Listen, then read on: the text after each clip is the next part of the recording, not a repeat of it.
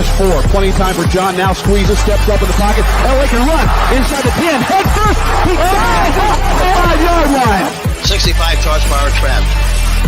It might pop wide open, Rats. Get this man! Yes, sir, Rats. Nice going, baby. Yes, sir, Rats. High snap. It's no good. The Chargers go in. Here comes the rush. He sidesteps. Can he throw? He can't. The ball flipped forward as loose. A wild scramble. 2 seconds on the clock. Just preparing the ball. It is rolled a fumble. Casper has recovered in the end zone. The Oakland Raiders have scored on the most zany.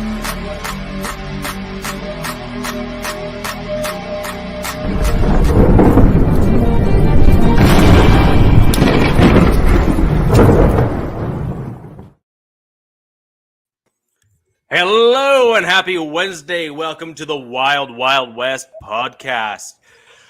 I am Richie Richey of MHRT Network. Had to think about that for a second. It's been one of those days. Over to my right is Captain Jack. Captain, how you doing today? I am good, Richie, and I just wanted to make sure that people know that I can dress in other colors other than silver and black. In fact, because of my warmth for Coach Defense, I wore a blue shirt today. But if you look closely, it's really from the House of Blues because A, it makes me look wonderful, and B, it's going to be bringing a lot of the Charger fans this year to the House of Blues to quell their blues. So I thought it was apropos to wear it as well. Oh, I'm sorry. I was asleep. I'm sorry. I'm sorry. Do you understand the words that were coming out of my mouth? I can say them again. Putting me to sleep. Like Richie said, it's been one of those days. You're putting me to sleep with that banter. So glad it's over. All right. Are you sure that wasn't acting out, by fourth quarter of a Chargers game? No. Okay. It was just false, blasphemous banter. So I just figured I'd go to sleep on it. Now, awesome. If I may, when we get to what we're talking about today, I do have an announcement to make as well that is very profound, and we'll get into it when we get into today's subject. I like that. I like the sound of this. And so we have Coach Defense. Coach, how you doing today? Doing well, sir. And Alex, how's everything going in your side of the world? Oh, it's been a Wednesday, but things are nice and hot down here. I do like old Captain Jack's attire, although I'd say first impression, I just wanted to get this out there. I thought it was a nice knockoff of Charlie Sheen from 2.5 Men on the show today. So I got tiger blood, baby. I got tiger blood. Yeah, that was one of my favorite shows. That's a good reference. I like that. Winning. Oh yeah. That's Rick the Wild Thing Vaughn right there, man. There you go. I do really wonder how that video in like 10 years from now with him is going to age. Yeah. You know what I mean? He'll probably be older than him. He'll probably be dead within 10 years. So it's probably true. Yeah. Probably go viral on TikTok, and then a whole generation that doesn't know who he is will find out, and then he'll be popular. Again, that's how it goes. Again, yeah. What about the curveball, Ricky? Give him a heater. Exactly. Ricky. By the way, if you have OG on, his voice is so gravelly, he can do the manager's voice to a T. Oh yeah, he could probably nail that one. He's got the rasp to his voice, which is perfect for that. Yeah, like he'd probably nail that. So we have a pretty cool show here for you guys today. We're going all the way down, and we've kind of gone through some of the other position groups and whatnot, and we're going to go to the critical position on the field in the quarterbacks. And I also think, guys, as we kind of spoke earlier, we should also probably discuss, as we have in past shows, not just quarterbacks and quarterback rankings, but we should also at some point discuss, perhaps even separately, system fits in terms of where we believe they're going to go. And Captain, that was a softball for you. Yes. In case you didn't pick up on the reference there. I did. Really... I'm ready to go, baby. I'm ready, baby. So with that in mind, do you want to maybe go first and lead us off? I knew it was coming up. And this is my very, very profound remark. I'm going to say something, again, that is not said very often. I, Captain Jack Rackham, was mistaken. I was mistaken. And let me let you know that, first off, like what Carlos says, hit the like button for all of us. For all of us, hit the like button. Subscribe. Where I was mistaken was this.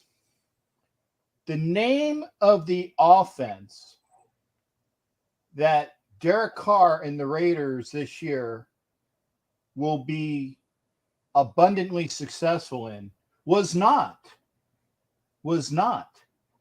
the Earhart-Fairbanks offense. Oh, no. It was the Earhart-Perkins offense under Coach Chuck Fairbanks, named after Ron Earhart and Ray Perkins. Ray Perkins, who later came to fame as the coach at Alabama, okay, who was an offensive assistant. And I've been calling it the Earhart-Fairbanks offense for a while, and I apologize for being mistaken. And I want to make sure for full, whatever you call it, like transparency, that we had the name of the correct offense that's going to be kicking your ass this year. Okay. I don't care what it's called. It's always going to be the Amelia Earhart. Exactly. I knew that one was all you want. Amelia Earhart offense. Amelia Earhart, Sam Perkins offense. Got it. Hey, okay, Sam Perk. Okay, yeah. Now is he still with us, right, Sam? Good question. Former Laker. Hey, GTS, man. You know GTS, right, Coach? What is that? Google that shite. Oh, okay. Oh, you said GTS. I thought you said DTS. I'm sorry. No. I'm sure you listen to them. I do know who they are, though. Okay. Oh, okay. Yeah, okay. Anyway, getting back to things that we are talking about. Sam is still with us, by the way. Sam is still with us. Okay, thank good. Sam was a great player, and he was for sure. For full validity, the Earhart-Perkins offense under Coach Chuck Fairbanks, which has been instilled in that team out east in Boston for a long time, was instilled under Coach Charlie Weiss years ago. Okay. And it's an offshoot of that. It's a derivative of the original. Okay. And since Coach Weiss was the one that instilled it, it was obviously picked up by a young Josh McDaniel when he was the offensive assistant underneath Coach Charlie Weiss. Great offense. And as I will say again, Derek Carr was used or in that offense in 2016 under Bill Musgraves when he was the offensive coordinator for the then Oakland Raiders, and was an MVP candidate until Penn forgot to block somebody the one guy he let through. And Derek Carr breaks his ankle. So a lot of different things could have happened in 2016 had Donald Penn made that block. And he actually is still livid about that to this day. So if we're going to talk about scheme and system, okay, we have a quarterback that knows the offense and its derivatives going way back. It'll be quick to pick back up on, okay? And if we're talking about people that are maybe running different offenses, we can say that the Chiefs are looking good because Kermit the Frog is still running the Eric Bieniemy Waffle House offense that he's been running for quite some time. Herbert who is up for his next Clearasil commercial. I'm zigging him today, baby. You slice today, ain't you? I'm in there. I think that, and again, Coach, please allow me the honor of how long he's been in his offense. Is it still the same offensive coordinator or not? Second year as offensive coordinator. His first year he had one, and then he turned it over last year to a new one in Joe Lombardi. So this will be a second year with Joe Lombardi. So good. So he's with Joe Lombardi. And then there's this dude who is probably going to be on crutches, wheelchairs, and his early AARP card in Denver this year, who was under a brand new head coach with a brand new scheme under a offensive line which is suspect. So when all comes to throw at you, we got at least 3 quarterbacks in this division that are very comfortable in their settings for the offense. And it will come down to, obviously, production. Hey, Avatar, thanks for that. And I said I love Sam Perkins when he was out of, North Carolina years ago. And that's why I've always been a Carolina fan since Dean Smith. Love that. Thanks for that. So, Richie, your mic's down, dude. Was your attempt there at the one-line zingers also your attempt at ranking as well? No, I did not put them in any particular order. I just know that Kermit is holding on with a thread. We got Pimple Face that is ascending, but Your guy wears eyeliner 24/7. Who are you bagging on? I mean, really? And he cries. Hey man, that's my quarterback. When he gets hit. You don't remember that video where he's like, they're pulling him up and he's just looks like he's like bored. I remember that. If I got hit that hard, it wasn't that it's just that the sheer force. When you get hit that hard, man, it's going to induce tears. It is going to induce, and I know what you're talking about. But again, in no particular order, but I'm really liking the fact that Derek Carr is going back to an offense where he should be back to a level where he was an MVP candidate in 2016 with better weapons this time. Okay. And like I said, I'm not even going to do rankings per se, but you're talking about the offenses and the quarterbacks and how they fit. And we can go to it eventually, but I digress. And what is it when you're in Congress and you give time away to your next person? You heed your time? Yes, I heed my time to you, Sir Richie Riche, to deem whoever else is necessary to come into this conversation, sir. And I thank you. So I think it's interesting, just based on what you just said, insult aside, with regards to pointing out that while Carr is returning to an offense that he is familiar with and did well with, that Russell Wilson is also doing the same in Denver. And I also think it's important to in addition to that, to also note that your offensive line, when they were put together for a different offensive scheme as well. And if there is a benefit actually with anything in Denver, is that the core of the offensive line in Denver, generally speaking, was actually put together to run the offense that they've now finally gone back to. That's because it got rid of the a-hole that was keeping them back per you. See, I listen to you, Richie, when you say things. Yes. And I don't disagree with that as a statement at all, but I just think it's important that we kind of look at both the Raiders and the Broncos differently a little bit, if we're going to be fair and objective in this circumstance, situation, from the Chargers and the Chiefs. So the Chiefs are returning back with, well, I don't want to say most of their core players, but at least the quarterback and the head coach. So they're going to be incredibly familiar with the offensive scheme that's there. You can start inserting some questions on whether or not the offensive line is going to maintain what they did last year. the offensive weapons that they've obtained to help the quarterback throw to, whether or not they're going to make up the difference of some of their losses. Those are fair questions. But generally speaking, you're talking the core key position that we're talking about today in quarterback with the Chiefs is returning, and it's the exact same head coach, and it's likely going to be either very similar or darn near identical offensive scheme. Same thing with the Chargers. You have a returning quarterback and returning offensive coordinator. And that is completely different compared to, almost juxtaposed, if you will, to the Broncos and the Raiders. You're talking completely different. Throwing those words out there, Reid. I didn't know they knew them up there north of the border, man. Yeah, we actually do use proper words up here, the Queen's English, if you will, because we still have the royalty on our money, sadly. The rain and spine lies mainly on the fly.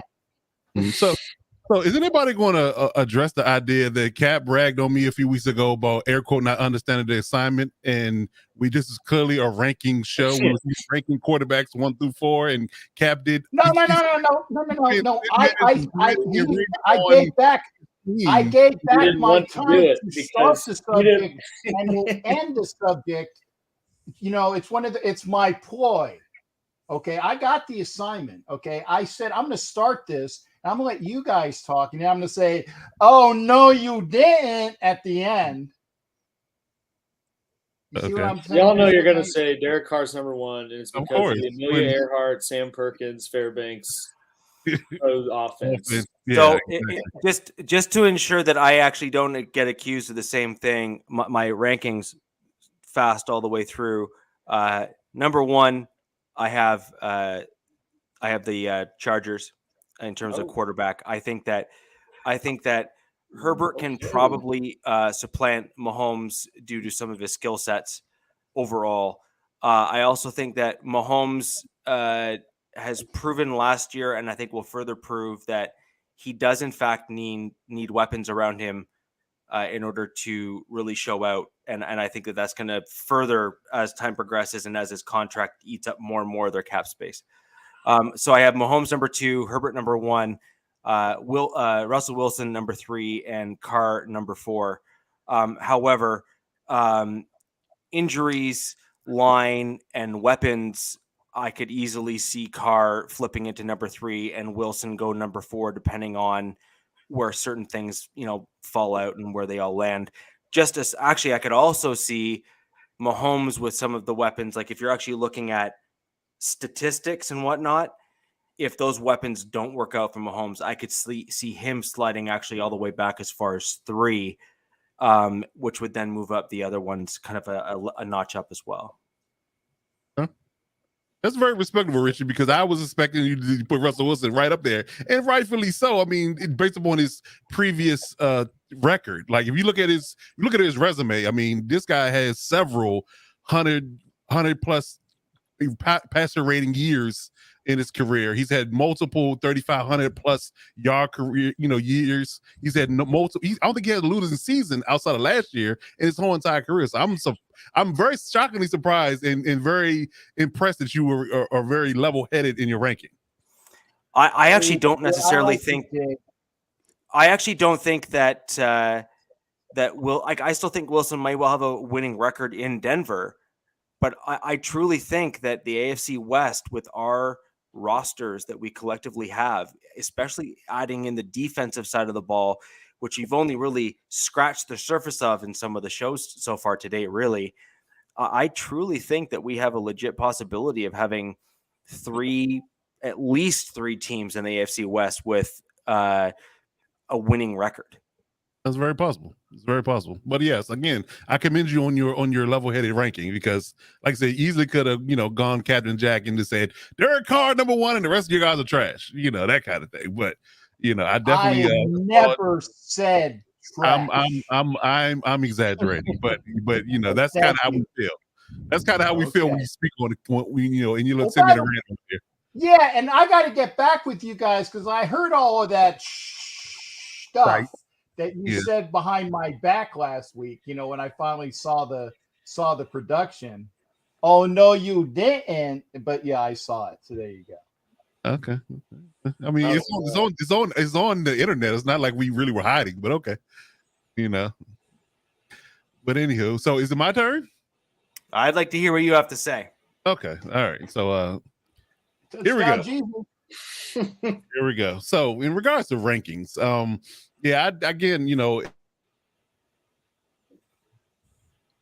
for me it starts with stats. If you don't have a argument based upon stats in production, then what are we talking about here? From a starter and production perspective, I guess you can say in a 3-year window, and of course Herbert doesn't have that third year because he's going into his third year, so he only has 2 years of tape and resume out there in regards to his stats and his numbers.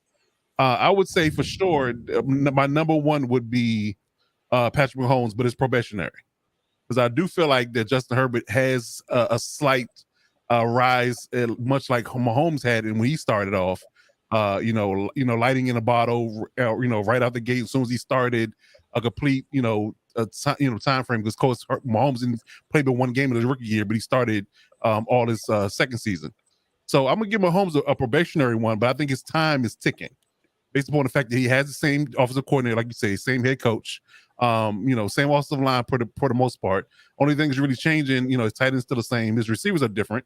But I mean, if he can prove to me that he is a legit quarterback and he is the heir apparent and the elite quarterback that people are going to give him credit for being the next 10 to 12 years, then his production has to stay the same or go higher with the receivers he has now with no Tyreek Hill.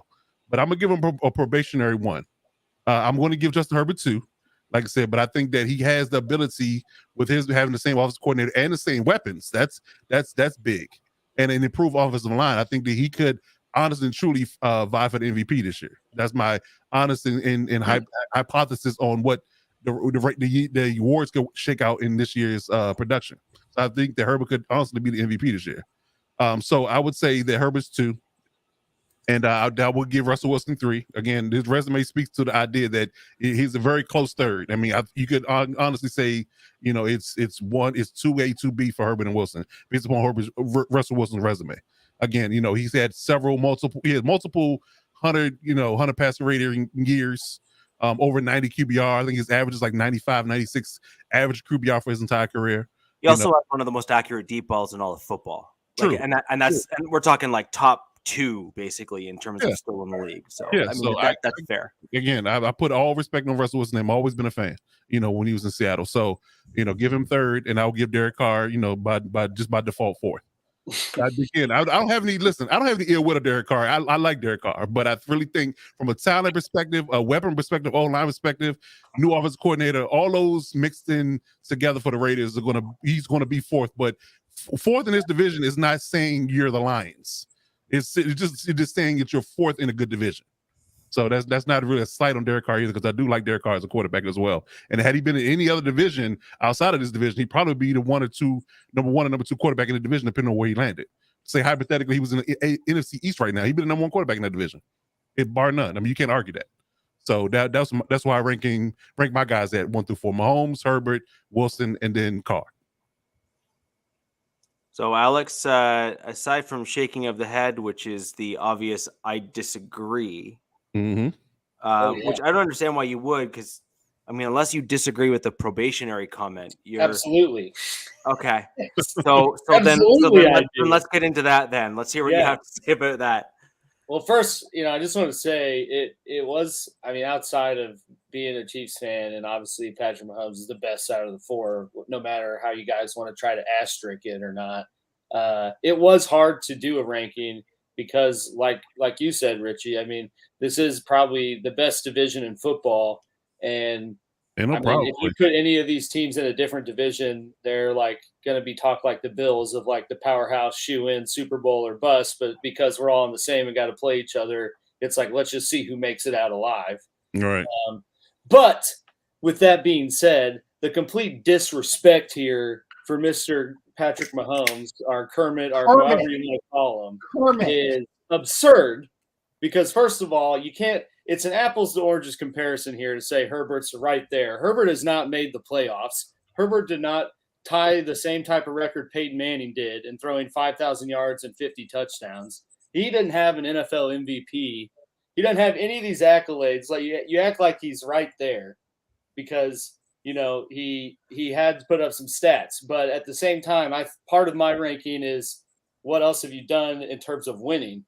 It's one thing to put up numbers, but if you can't make the playoffs and you can't bring something back to the team, then what's it for other than just saying he's got a hell of an arm, which he does. But Mahomes has been to 4 straight AFC West or AFC title games, gone to 2 Super Bowls, won a Super Bowl.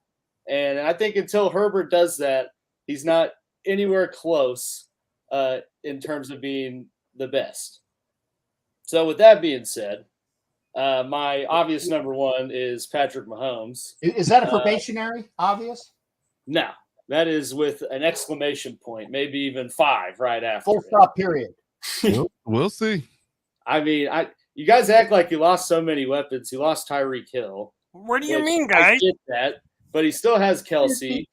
They brought in different guys that I think are in a better way gonna spread the ball around and make up for that lost production of Tyreek Hill.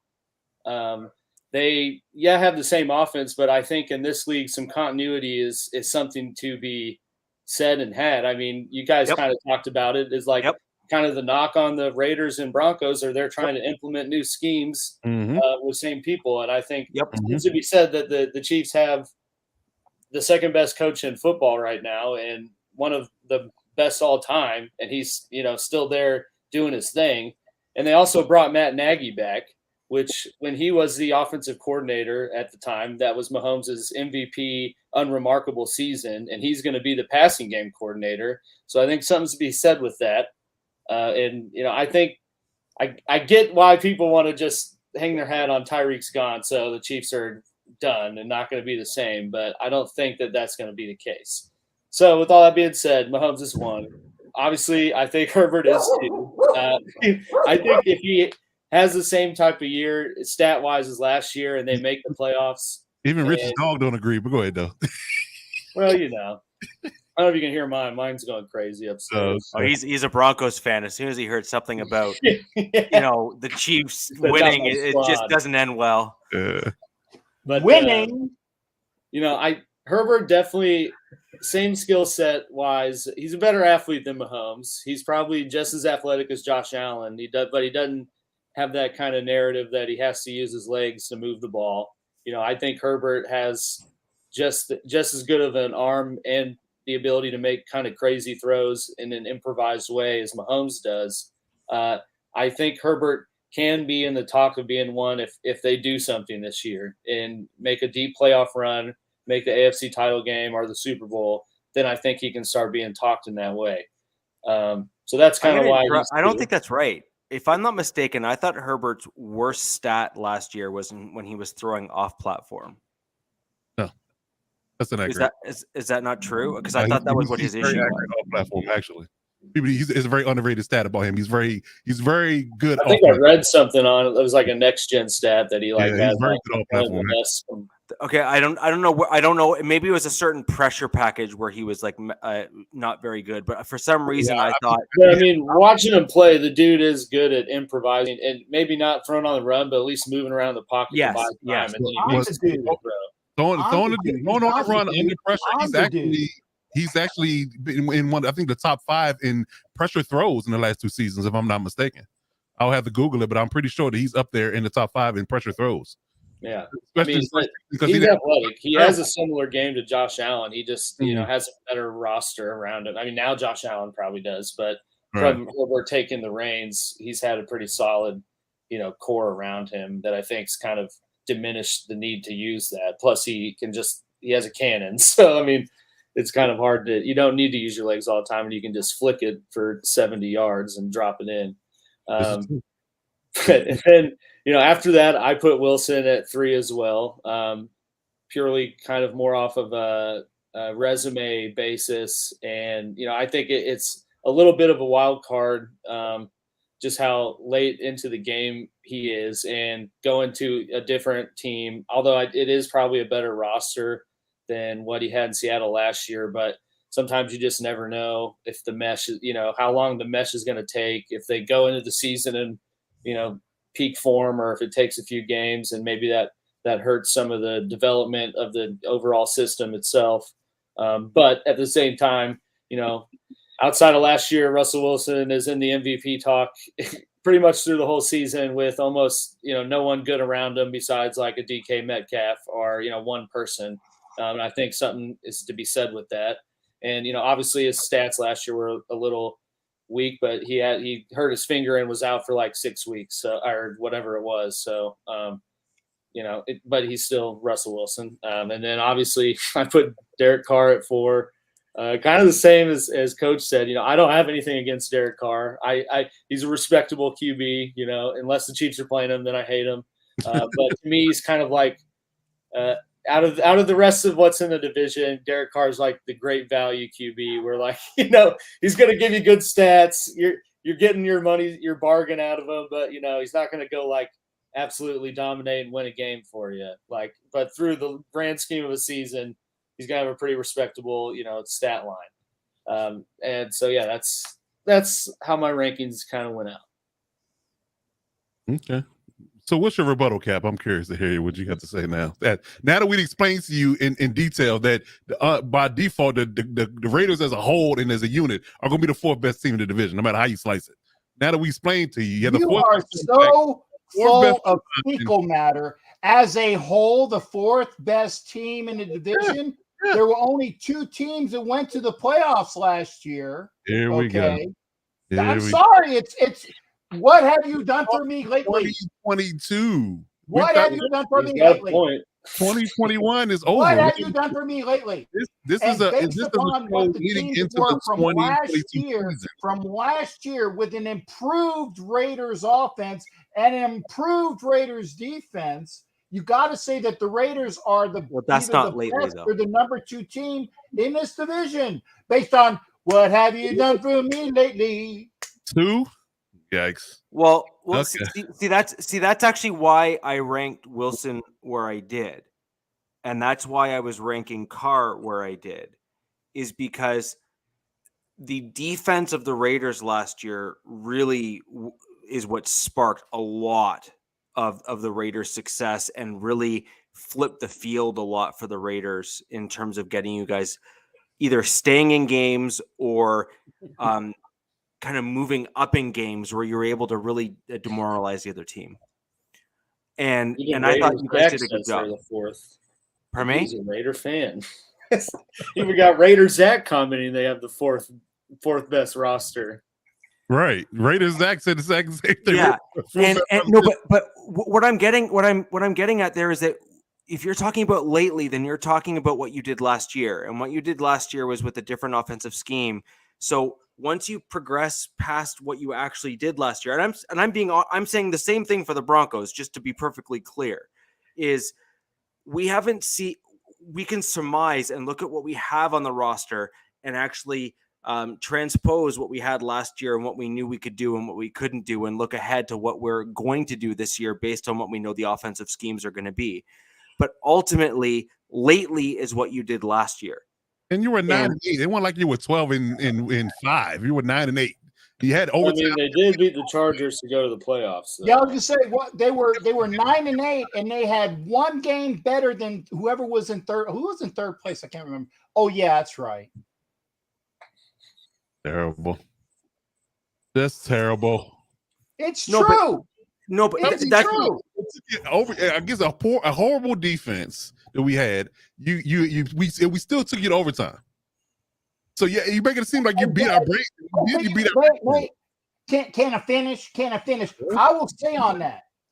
You took us to overtime, and that defense was with the Gus Badley, and that is correct. The Gus Badley defense.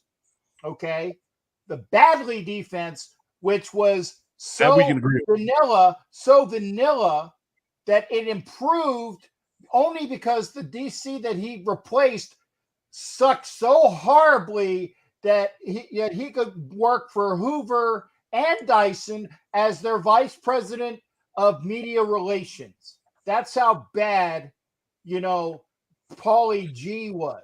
So any improvement on that Raiders defense with Gus Badley, they say, it was greatly improved. No, it was improved because it was Gus Badley over Paulie G. I will say, and again, I can't prove it. Because the proof will be in the pudding this year. But I will say that the Raiders defense, in my estimation, will improve tremendously under Graham. So if we had a great offense and only got better, and we had a defense that only gets better, there is no way in hell that the Raiders are going to be out of the playoffs this year, even though we have to have the gelling and all the things done. Okay, and I might be mistaken. Maybe they pull a gargler and they're like one game short of the playoffs at the end of the year. Okay, but I will say this. If that's true, and you guys are, and I am on record saying that top to bottom in this division, it's going to be separated by 3, maybe 4 games, pending and not throwing into really fantastic injuries to key players. I think it's going to be that much. Like I said, Raiders and Chargers at the top, and I've said this in the program, Raiders and Chargers at the top. Whoever wins based on tiebreakers will be the champion, okay? But I will say this. If the Raiders don't get that tremendous thing, or there's some issues within that, I think that the defense will be greatly improved, and that the offense is going to be so much improved from a team that did make the playoffs last year. That's why I'm not saying this as a homer. I'm saying it analytically. So, like we kept on saying earlier, the problem with our division is what? You saw my rankings. The best quarterback in this division is Russell Wilson. Best quarterback is Russell Wilson. I have Carr and Mahomes, and I could, and for Alex's case, I'll say Mahomes, Carr. There we go. At the 2. And then I had some pimple-faced squeak at 4, quarterback-wise, in the division. But with scheme, I will put the Raiders at wherever the hell I put them. Raiders and Garglers at 1 and 1A. Then we have Kermit the Frog, and the chick from Roseanne, because he that's his stunt, or her stunt double is Kermit at quarterback for the Roseanne show. And then you got Russell Wilson based upon, I got to see it. And again, these are my thoughts, analytical thoughts. I could be very wrong, and then I might have to say it again, like I kind of led the show with, but we'll see. Yeah, we need to save this clip.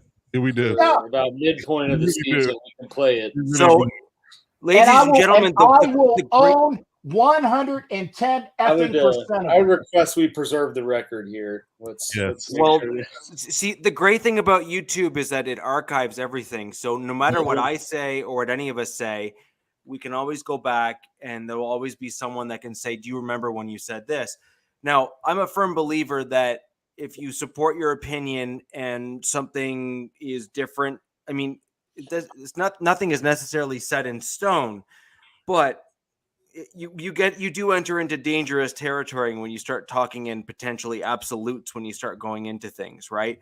Right. And I don't think any of us have actually gone into that territory when we've been speaking. I think it's been, because of this, or we think this may be the case. So I think it's not we covered ourselves, but I think we've by and large provided some feedback. Winning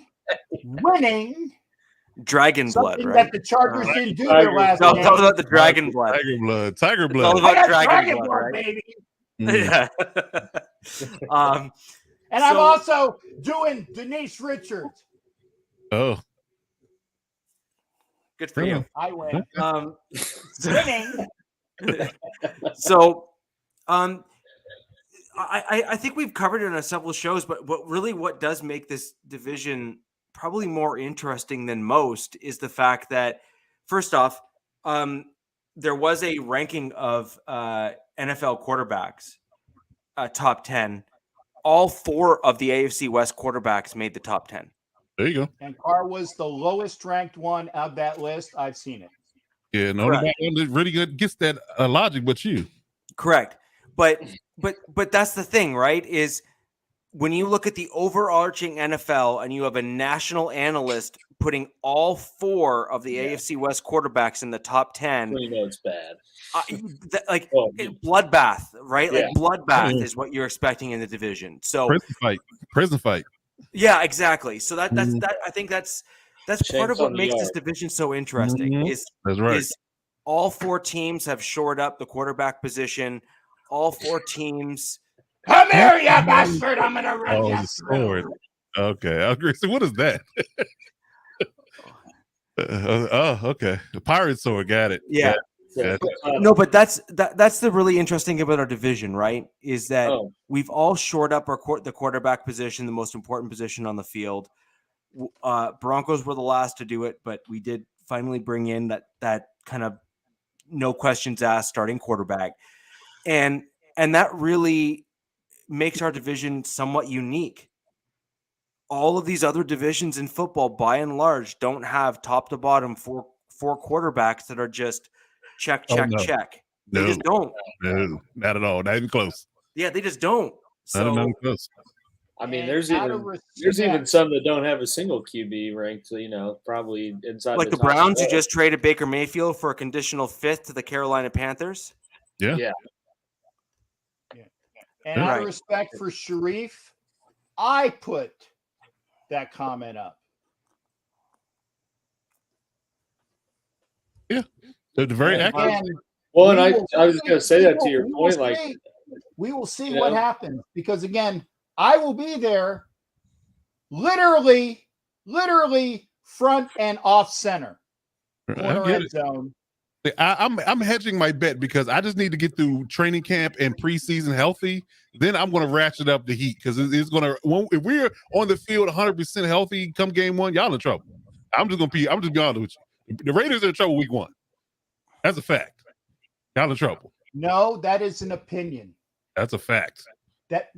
Sir, I am an analyst.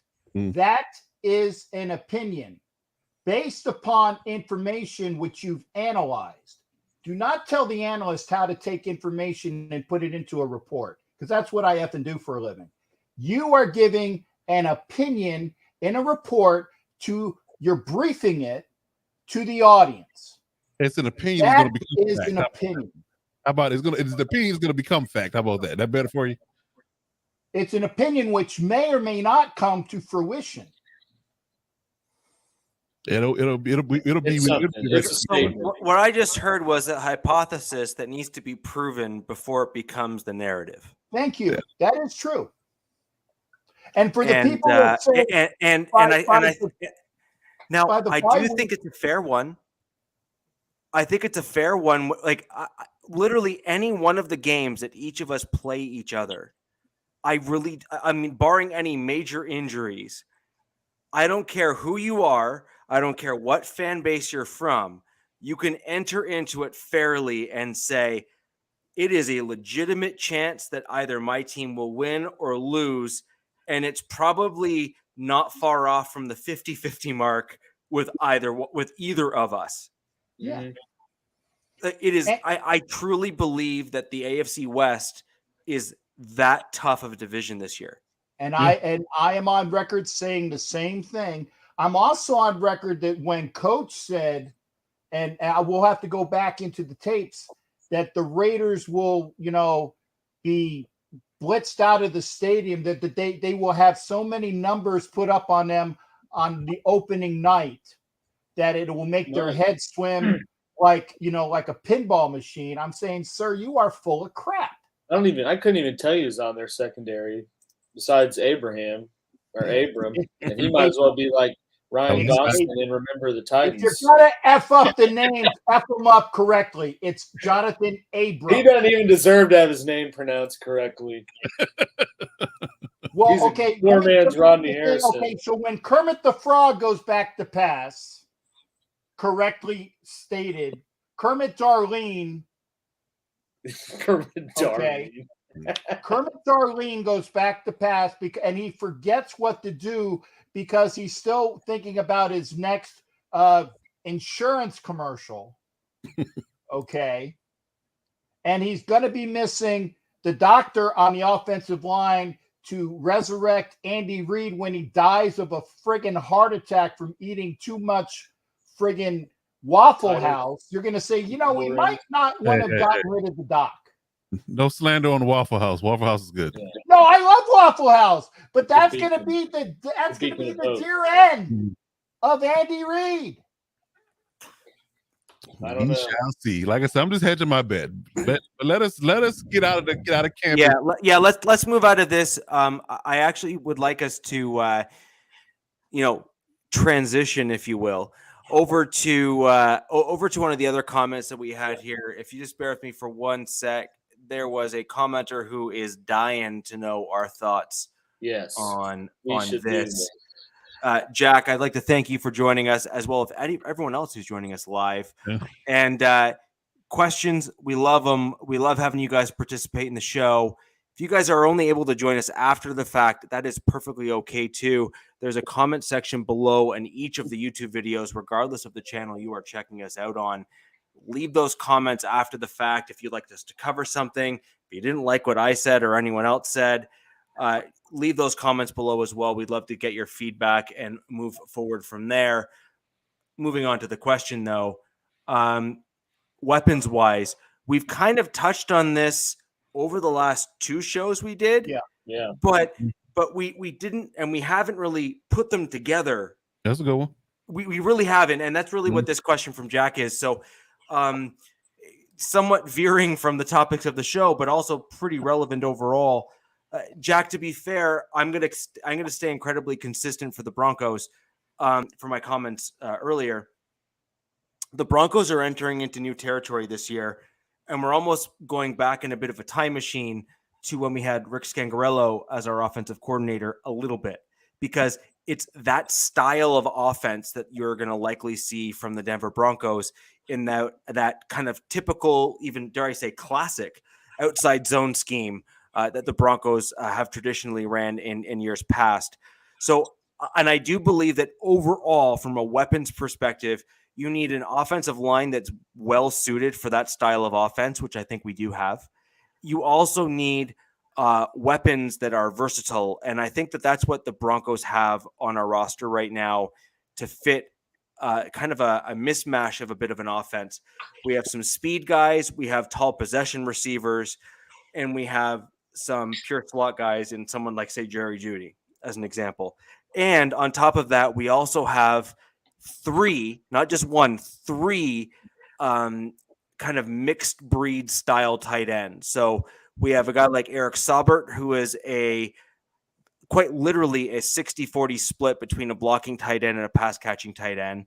We have Albert O, who is a better pass catcher, but can still block pretty well. And he can book it for his size. He can absolutely book it. Fastest kid alive. Pardon me? I said he's a freak. He's the fastest kid alive. Yeah, it's ridiculous. Yeah, it's He's absolutely Mizzou ridiculous. guy. He's Mizzou made.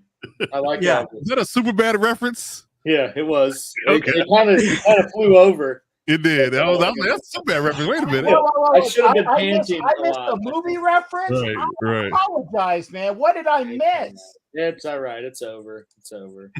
I'll go back. I'm so very sorry because you have so very little commentary that I listened to, that one of the things that I should have listened to and I missed it. Dang. Jesus. We're just out for all the jabs today, huh? Right. I know, right? You just came out. I'm hungry today, baby. I'm hungry. I got tiger Whipping blood. the sword out. He's making me a This is the get off my front lawn version of Yeah, Captain yeah. Jack for the show today, which is This is the stopped at the he's got the watering he's hole got the rocking chair and the shotgun the sitting on the Jack. front porch Right. with the wraparound porch, right? But Hey, wait, no, I don't have a shotgun, but I will get the AR. Show and everything. You ready? If it wasn't in bad taste, I would have gotten the AR out. But by the way, and on a serious note, again, gun control, non-gun control. Let's do some praying for the families that got that are no longer with us because of bad things that happened to them. And again, pro-gun, anti-gun, whatever. people were killed unnecessarily, and I think that we just got to make sure that we consider our thoughts there. That's why I didn't pull out the AR. The Saber will do just as fine.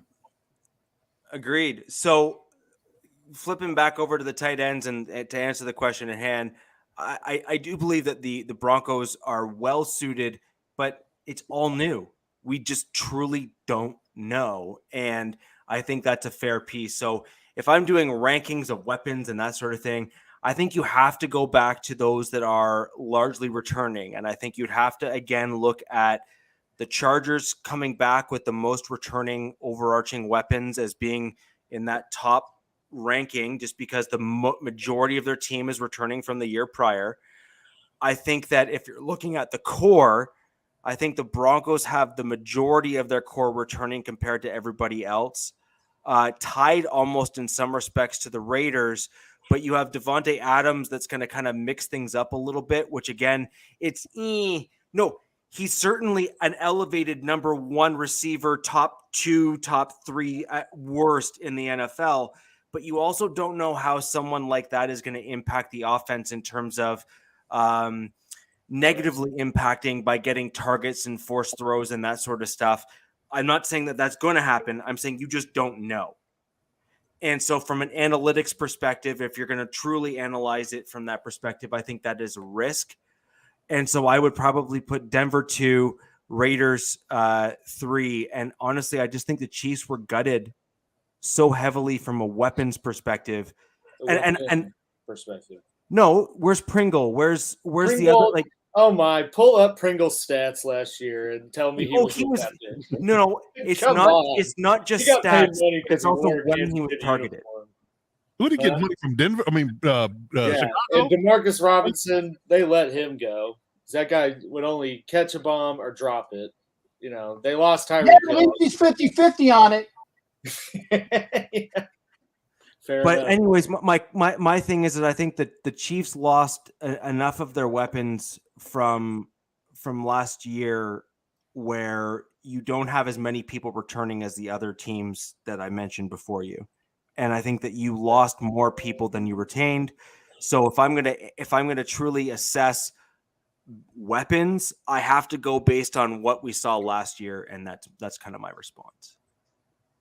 So run it down for me again. You had the Chargers 1, Chargers, Denver, Raiders, Chiefs. Okay, Chiefs. Okay.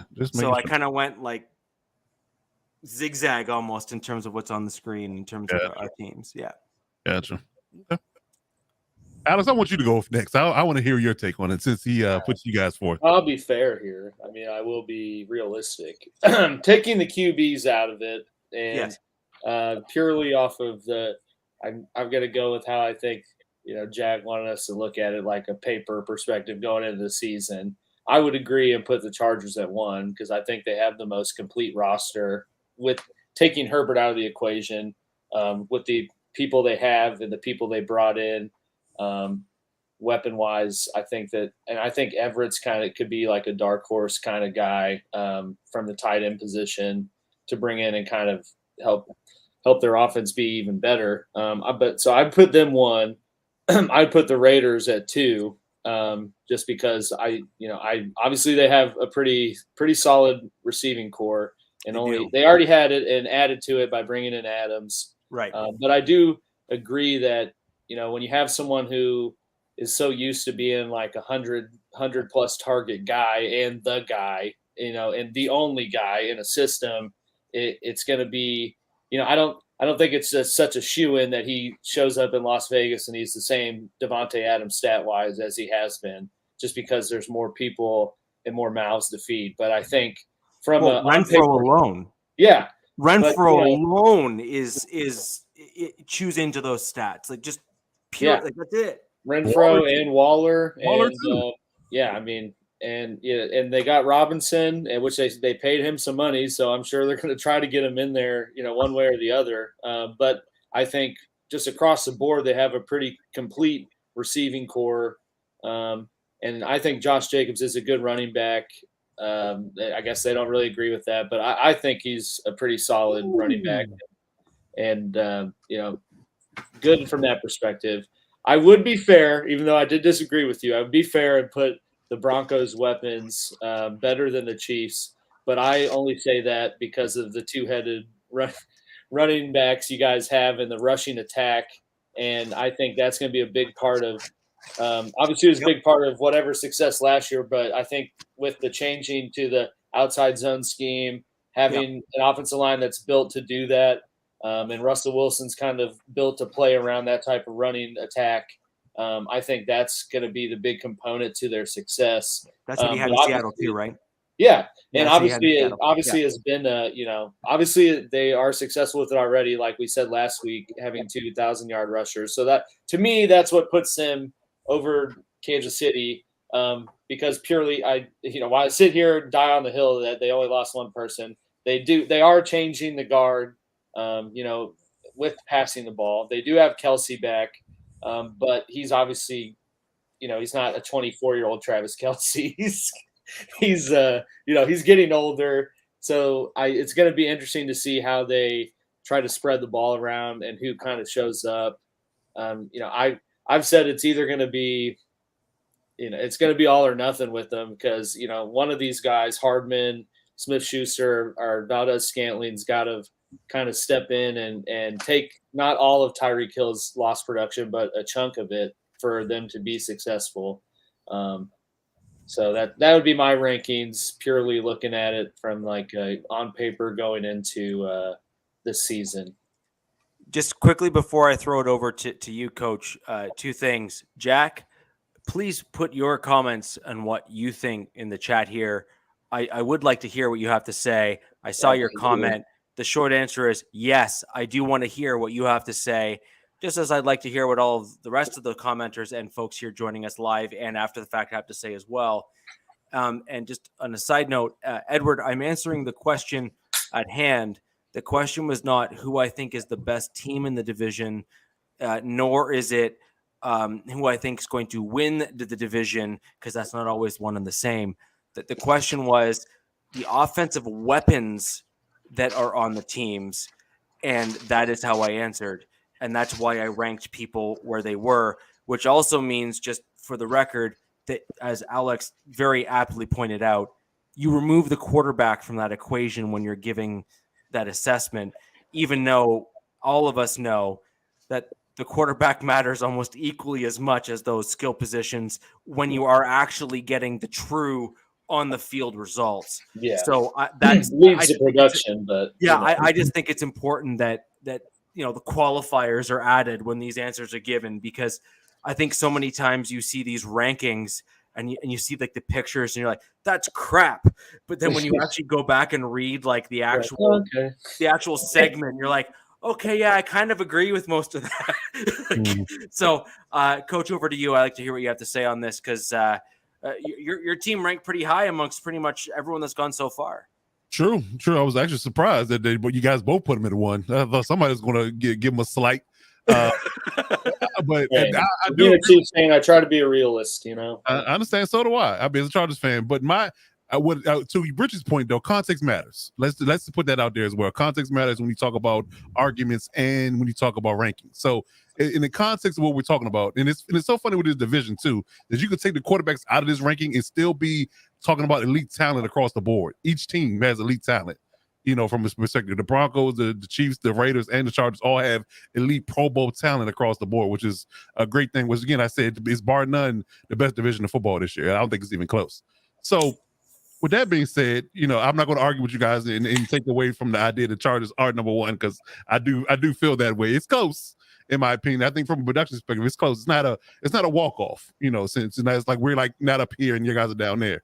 Because it's a lot to like about the talent from a weapons perspective in every team. Like, and I'll go one by one. Like I told you, Rich, last week, I love the young core receivers that the Broncos have. Like it is young and it's a deep core. Like they probably have the deepest and most productive core of talent. And I guess you say a hodgepodge of positions. You have route runners, you have deep ball guys. I agree. Yep.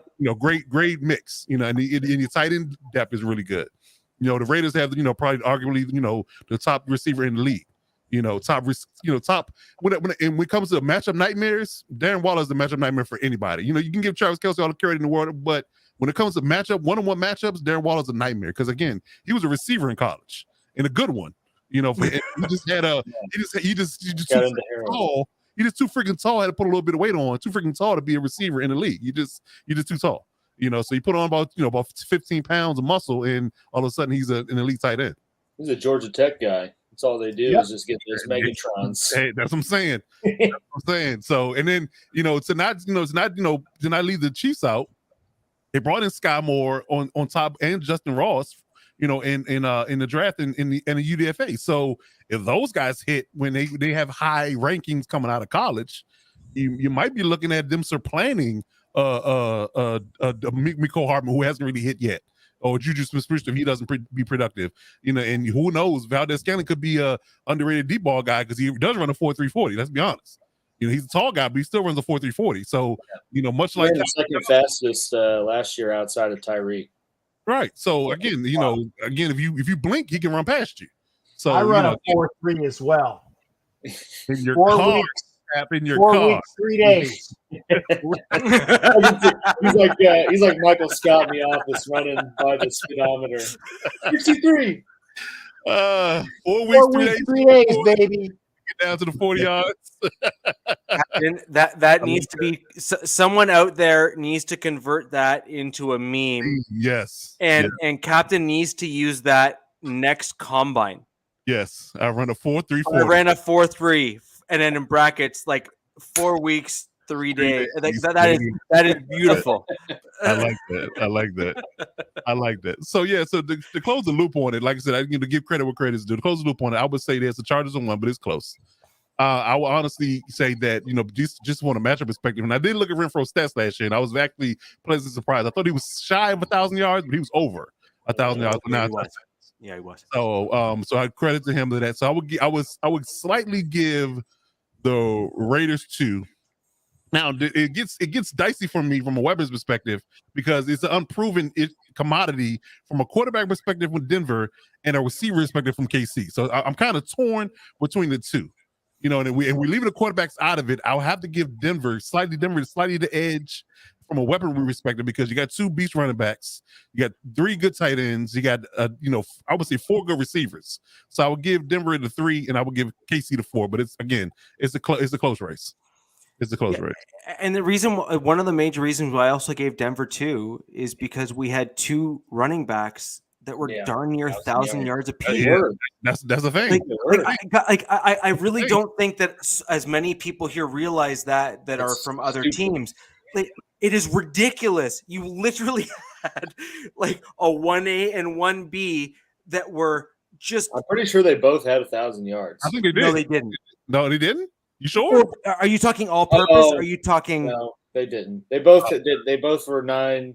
They were like 9 and change. They both had the same exact carries. Yeah. You might as well say they had 4.4 with 900 yards. That's the thing. Okay, stupid. You had 2 running backs in Denver that averaged 4.4 or 4.5 yards a carry. They were at over 900 yards apiece each, and they had almost identical carries.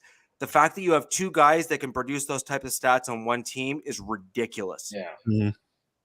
And that's part of the reason why I gave Denver the nod that we did. Huh? You might even say it's redonkulous, right? I agree. I agree. But I will say I don't know if they'll have the same, it'll be interesting to see if it changes getting Russell Wilson and kind of where they would normally just run the ball, do, quick slants or something to get yards and see how that would kind of impact the ability for both of them. I mean, one of them is going to produce, and I think it's going to be Williams. But it'll be interesting to see, if that would impact Melvin Gordon, getting the same amount of touches he got or the same sort of production as last year. Mm-hmm. Right, but we're looking at overall weapons, excluding the quarterback and simply looking at the actual skilled position guys on their own. Yeah.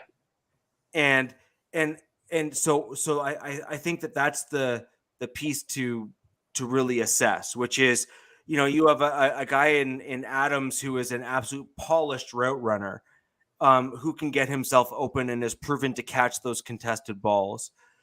You have a guy in Renfro who is top 2 or 3 slot guy in the NFL at that particular position, proven over multiple years to be at that caliber, probably only to be outdone by Cooper Kupp. Yeah, right? Nobody's gonna argue that. No, and that's what I'm saying, right? No, but that's what I'm saying is that he's a Super Crown winner. You have to look at the components and group them together. Yeah. You have 2 almost 1,000-yard running backs in Denver, one of which is a rookie last year who ran for well over 900 yards, which again I think needs to sink in for everyone kind of looking at it and saying, wait a minute, he was a rookie and did that. Now, I will also concede that the running back position is probably the most transferable position to the NFL. Out of all the positions on the field, I think the running back position is that one that can just kind of cut, copy, paste, repeat. But not to get that kind of production, more often than not, you have to be a first-round pick and in that top echelon of running backs, like your Ezekiel Elliott's, like your Derrick Henrys and guys like that, where you end up with production like that. And we had our guy picked in the top of the first round who was in that top tier running backs. I mean, that says something, and I think that it all has to be factored in when you're actually assessing the skill positions on their own. And guys, before we close out the show, I did want to bring up a few things. What about Cap? Cap didn't give his rankings. Oh no, he's going to in just 1 sec. Okay. I want everyone to prepare for some NFL news that's going to come after Captain here. I do want to discuss DT and his autopsy and some of the information that came from that, which I think is some important information. Yeah. Again, for our non-Broncos fans, they may not have heard it before, but I think that's something that we need to discuss. And then we also have the Baker Mayfield news that we kind of alluded to earlier that came out kind of near the back end of today, which I'd like to go over as well. Captain, over you. All right, and I thank you there as well. And I appreciate getting a chance to do this. And I got the way you've teed me up is I sound like a homer. No matter what I say, I'm going to sound like a homer. But yep. I agree with you that the Chargers have the most people coming back as a group that makes their offense overall a good factor. Okay. And they do. They have like pretty much everybody coming back offensively. But I still think when we go 1-1A, I'm going to give it to the Raiders only because we've gone from having no real viable number one receiver since the demise of Henry Ruggs, who was ascending to be that guy, and the tragedy that followed. But now we have somebody that is, as we have come to know, a top 1, 2, or at worst, the third best receiver overall in the NFL. And now he's with us. So he has taken that position that Henry Ruggs, unfortunately, didn't get a chance to fulfill. So if you look at what the Chargers have had, I agree that they have all those little wickets there. But the Raiders have improved just from that. And in deference to what that Alex guy says, okay. That Alex guy. Marcus Robinson, he might not even make the team because I still think that Keelan Cole is going to have more of an influence as that extra receiver than Marcus Robinson does. Okay. And again, I might be wrong with that, but I think that when you look at Cole and Robinson, I think you get more bang for the buck with Keelan Cole. And I think he just afforded that opportunity. Marcus is, and again, because I'm not biased, Marcus Robinson is a Gator, and I love my Gators, obviously. Orange and blue on Saturday, just not on Sunday, right? So we go with that, but I think Keelan Cole is going to be that extra receiver. So if you take Waller and Moreau with Adams and Renfro and Keelan Cole, if you throw in Marcus Robinson, okay, and you have a backfield, and this is where I came after, was going to come after you guys last week. It's not that the Raiders don't like Josh Jacobs, and it's not the main reason why they didn't pick up his 5th-year option. is that they were going with the mindset which came in from those guys that were back east. Okay. And they're gonna say prove it or go. Even Carr's contract is a prove it deal for this year. They can get rid of him after a year. Might not happen. Yeah. But they can get rid of Carr after this year. And Jacobs, who is their best running back and played well in Alabama in an RBC, is going to be that much better playing in an RBC this year with Kenyon Drake, providing he comes back from his injury, and with Zamir White, although I don't think he's going to be as much of a factor because I think that the kids that they got that are former Cheatriots who know the system are going to get more playing time at the beginning of the year to the middle of the year than Zamir White did. And Zamir White is awesome because he is the prototypical back that McDaniels wants. So if you go tight ends with the only thing that we don't know is who's TE3. I don't know. It's not Derek Carrier anymore because he retired. And that's unfortunate because he was a great tight end for what we wanted him. But you got Wallen Moreau and TE3 TBD. Say that fast 3 times. Jacob With Hollister. the receivers that we've had and the running backs that we've had. Patriots game. Yeah. Sorry? Jacob Hollister's your TE3. Former Seattle Seahawks. Well, we'll see. We'll see. It could. There's another gentleman that was showing flashes in OTAs, but again, OTAs is just people working out in shorts. So we'll see. But it could be Hollister, who has a lot of great attributes. That's the kid that's from the Dolphins, if I'm not mistaken, correct? Or no, that was Holland. Anyway, but there's a lot to be said with the Raiders and the Chargers being the best. And I have to say that there was a bit of a drop off.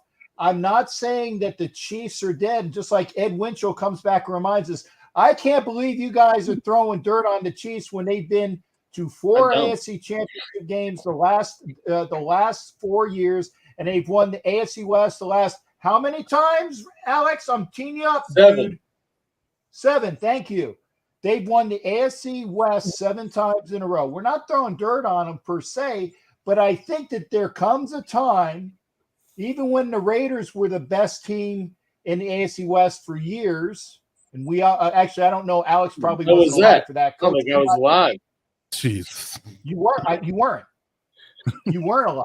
Coach might have taken a breath, but it was in the 70s, late 60s and the 70s when the Raiders won the AFC West at least 6 times in a row. They went to the AFC Championship game a lot of times in a row. I don't remember exactly thing, but they lost. They always lost to the eventual Super Bowl champion, and that's because the AFC was that good with Shula's Dolphins and Noel's Steelers.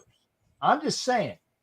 So if you go from there, I think that there's going to be a little bit of a lapse with Kansas City. It's got to come sometime, and we've been looking for it for a while. I think it's going to happen. So I'm going to say Raiders and Garglers, but I'm going to be that homer a little bit up. I'm going to give it to the Raiders as the best offensive playmakers of all of the guys.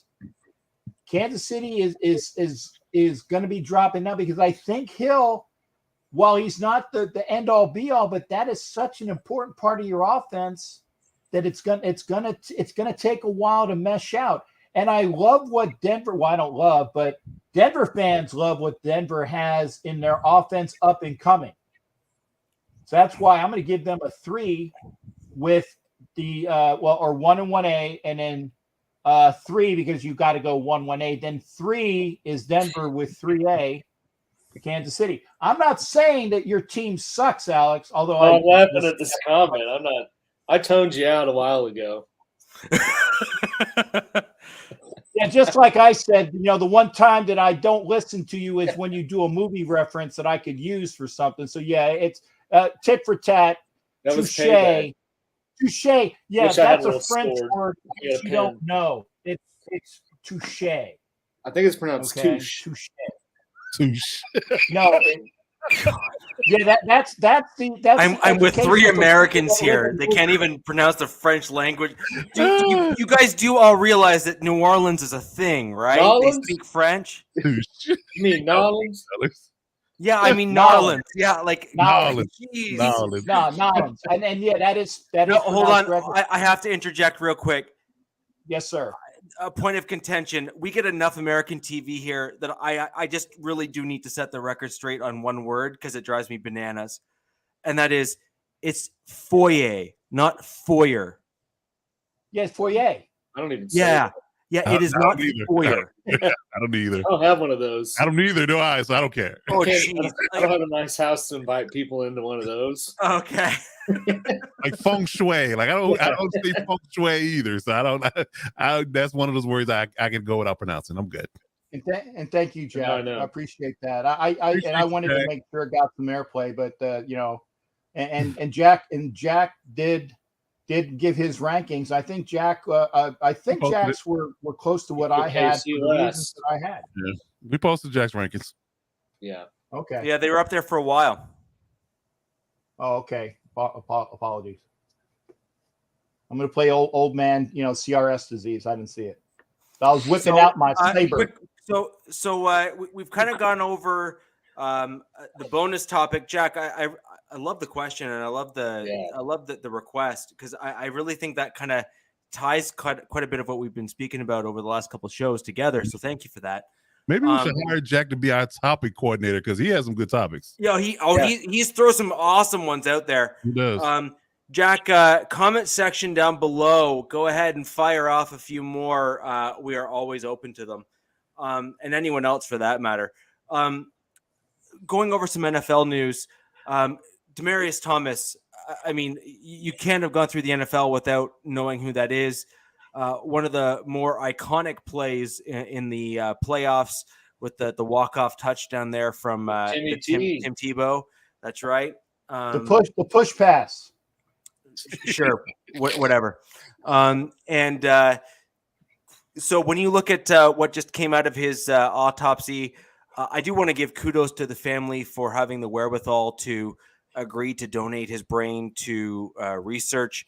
I really think that getting more information on this type of just absolutely crippling, I don't know if you necessarily call it a disease, but it is certainly trauma or brain trauma.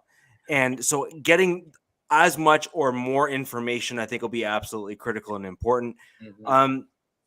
My 2 cents overall on it is there was this kind of fog sense within Broncos country that DT had some challenges going on, especially where he had that out of character car crash that occurred in Houston. That's just not him.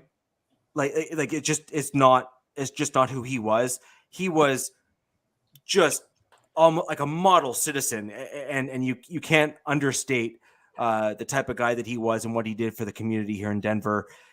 He was the guy that would intentionally stick behind and wait for the press to leave when he was at children's events to ensure that the kids got extra time where they didn't have to be under the scrutiny of the camera just because he knew it meant a lot to them. That's the type of guy that he was. And I think that a guy like that within any organization, Denver was fortunate enough to have him as a staple within ours for many years. I think is just speaks volumes to who he was and what he contributed to the Denver community.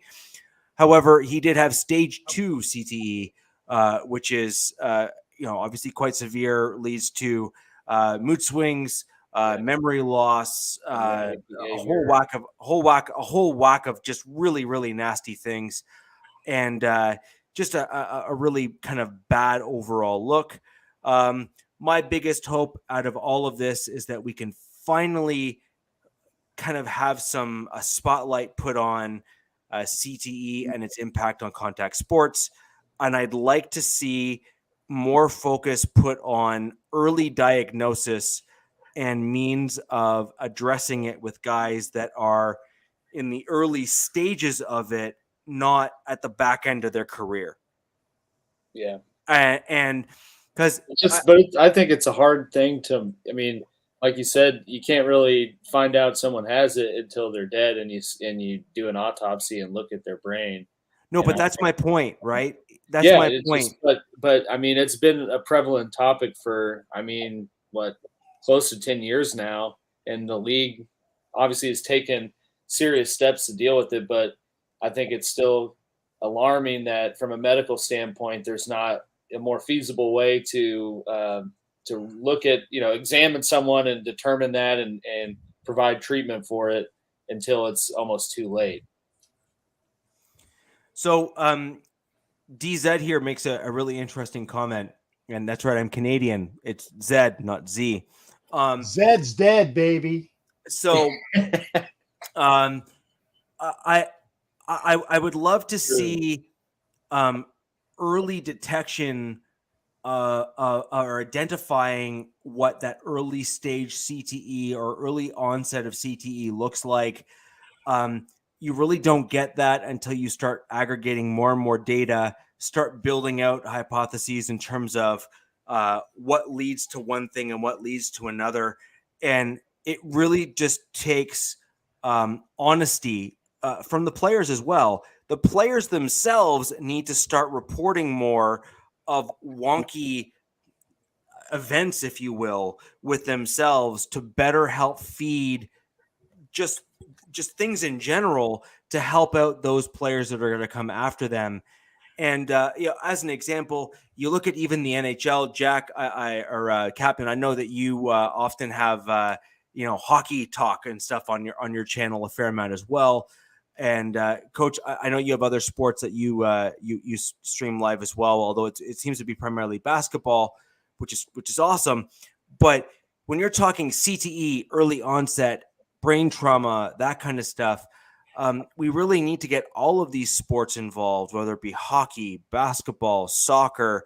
You need to start getting all these various athletes to come forward when they're having these memory loss, these other challenges, so that we can start feeding the data models that we can start putting together and truly help the next generation to help identify perhaps even genetic markers that might make you more susceptible to CTE as opposed to others.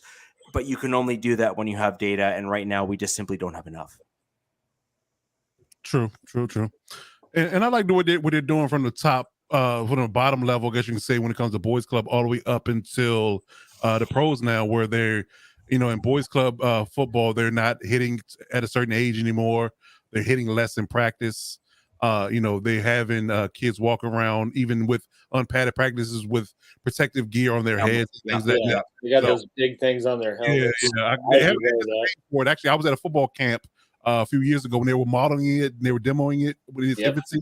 So they're using it now. So I had to model it when my last year at college. I thought it was so stupid. right. But yeah, they're now even wearing them in the pros in OTA. So what they're doing with less context during the week, because you look at the model, previously in previous years where you would literally practice full pads every day except for Friday, leading up to a game on Saturday or Sunday. So you're hitting every day. They're taking that out of it, as those aspects out of it. Heavy contact practices, just tackling in general. So that's taking a lot of that out of it and things of that nature. So I want to say that I think they're taking a lot of steps that are going to help the next generation coming up to not have those early onset issues or have issues as a whole. But until medicine advances, at least from a living perspective, it's going to be kind of hard to ultimately truly determine that you have it until, like you said, until it's too late.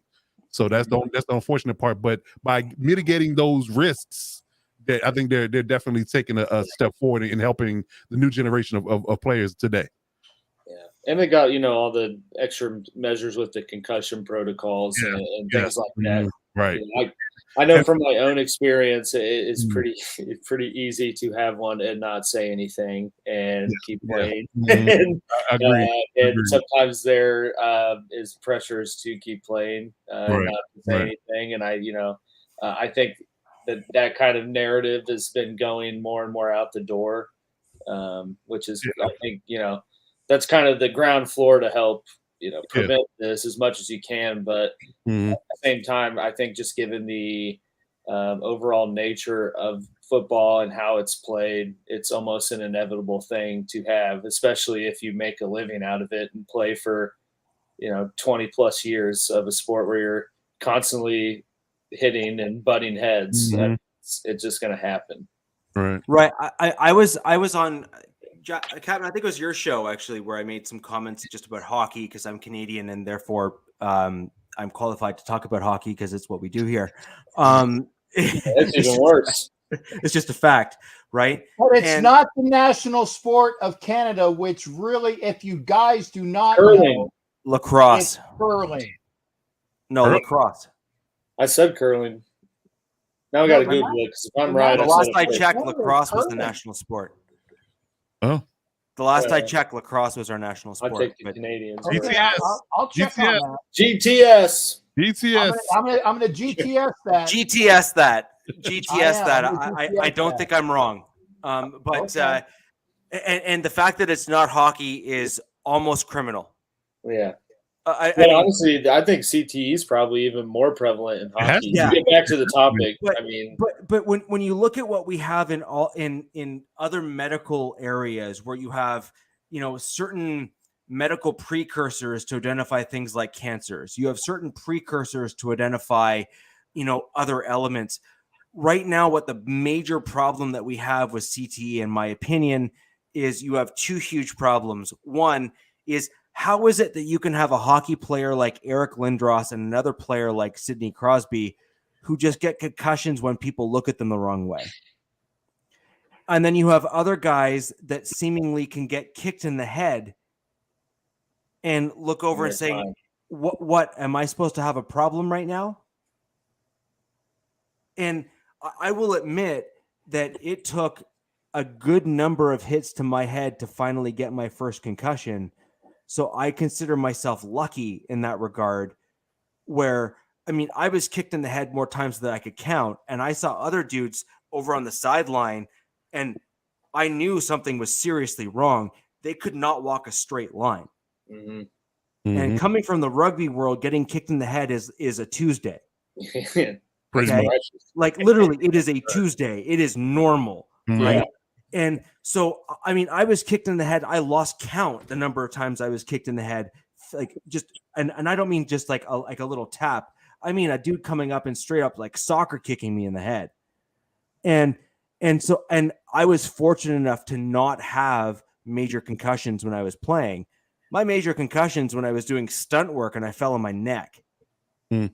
Yeah, and that was my first major concussion, which, when you fall 2 stories and land on your neck, you kind of expect something bad to happen. Fair. And fair enough. Right. Yeah. But when I had that happen to me, I knew something was wrong. I could see the black splotches. I could see, getting your bell rung and that kind of stuff. And I reported it to the local hospital here to say, oh, I had a concussion. I know I had a concussion. It was not pleasant. And so why is it that it took that long for someone like me to get a concussion when I know that my teammate next to me got absolutely obliterated? Like, it makes no sense. My genetics are clearly different, but what separated me from my teammate? This is information that, in my opinion, is critical. Now, we also have to take a half step back. Could that be used against guys in the combine? For example, if it's found out that my Irish heritage, for example, puts me at a lesser risk of concussions, could genetic testing, for example, then turn into Irish heritage has a 60% reduction in CTE and concussions and all that kind of stuff? Could that then I've be had used? something bad to eat, Tacos. So could that have to do with like a genetic thing, and could that be used against guys? I think that's something we need to be cautious about, because you don't want people's opportunities to be taken away from them. Yeah. Point of clarification. Yes. I was on the screen. I don't know when, but as an older person, I do remember that curling was. Maybe it was like how baseball used to be the national pastime of the United States. Baseball was the sport. That's a good one. Now, Canadian the national sport is drinking Crown Royal, but in the summer, it's lacrosse. It's In the Pabst winter, Blue. it's hockey. But I do recall, I really do recall that curling was the sport of Canada. Okay. And yes, Dr. James Naismith, I even know who the gentleman's name is. Yep. Dr. James Naismith, the Canadian who Springfield, played Massachusetts. basketball. Okay. But curling was historically the sport of Canada over hockey. And I'm trying, in fact, that there is legislation to officially make curling like the number 3 sport of Canada. I know this. I can't get the certification, but I do know it. But officially, it's lacrosse in the summer, hockey in the winter. But I know it was curling. That must have been in the 70s too. Yeah, it was generations past. Curling was the national sport of Canada. Which is remarkable because back then the NHL was even more Canadian than it is now. Exactly. Like it's there's like 90% Canadian in the NHL. But moving on to other NFL news, I appreciate everyone going down the CTE and Demaryius Thomas journey here with us here. I mean, it was an absolute tragedy what happened to him. For those of you who don't know the details, I really think it's a good read for you to find out what happened to him, how he passed. I think it really does show some of the more important sides of football that we all need to kind of look into as we're enjoying what is at least our favorite sport, I believe. And moving on to one last piece of NFL news, and it got released just a few hours before we went live. Baker Mayfield has been officially traded, barring a physical, to the Carolina Panthers for a conditional 5th round pick. How much money are the Browns eating? Alex, go ahead and lead us off with this. Yeah. Do you know how much money are the Browns eating of that? I didn't see that. I have not heard. Well, that's the interesting thing. I haven't seen the fact that they're eating any of it. No, they are. No. They're eating something. I heard this as well. It's 10 of the 18 that the Panthers are taking 8 of the 10. 8 of the 18. Okay. All right. Okay. That's fair. Honestly, though, I kind of had a discussion with some buddies earlier. I'm kind of a Baker Mayfield fan, so I think good for him to get out of there. And I kind of don't like how someone. That's not the first time I've heard that. Really? But, I kind of didn't really. From an outsider looking in, I didn't like how the Browns kind of just pushed him aside. From last year when he had such a productive rookie year, and he was like the first QB out of the last 52 that franchise has had in 7 years to get them to the playoffs and actually not have a top 10 pick for the first time in my lifetime. And then it was just so quick for them to say he's terrible and to get him out. And then it kind of blew up in their face. So I'm like, good for Baker Mayfield to get out of there. I think he's better than any QB that the Panthers have, maybe outside of Corral, just because he's a rookie coming in. I think he's better. That's than potential, though, right? Yeah. That's the potential. That's not even necessarily that's we hope he could be. Yeah. But he's definitely, yeah. I think, I know that they got him and said they want to have a competition, but I think he's clearly going to be the starting guy unless Corral just blows everyone out of the water going into preseason. So what happens to Darnold then? I bet they release him. I bet they just cut it. I mean, I don't know. That's the thing. He has $18 million of guaranteed money as well. That's 5-year option. So maybe they just keep him. I mean, they're only taking 8 for. I can see him trading him. I don't know where. I can see him trading him. Yeah, they bet they similar situation to how they got Mayfield. Eat some of his money, take a 4th or a 5th, and call it good. But I think that Mayfield, if healthy, is better than Darnold and has potential to still be good. And I think it would be kind of poetic justice in a sense if he is, and they like are 10-7 or something and make the playoffs, and the Browns are dog water. I grabbed it as well. Were you grabbing it too there? Did we both grab it at the same time? Darnold sue the chicken ruin his career. Yeah. Well, I grabbed it too, man. Well, yeah, that's great minds thinking alike, Richie.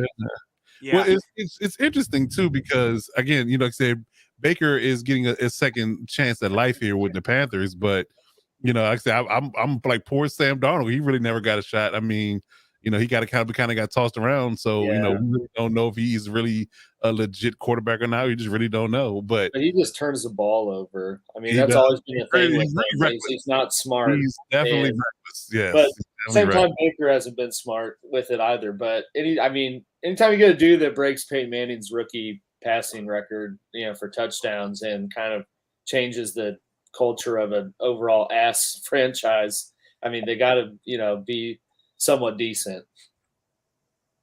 Who did that? Mayfield did. Oh, okay. He broke Manning's touchdown record in the rookie season. Now Manning also had the interception record as well. Yeah, I know it was a touchdown. I thought it was an interception record he broke. No, he had both. Yeah. Okay. Manning did. I think Mayfield.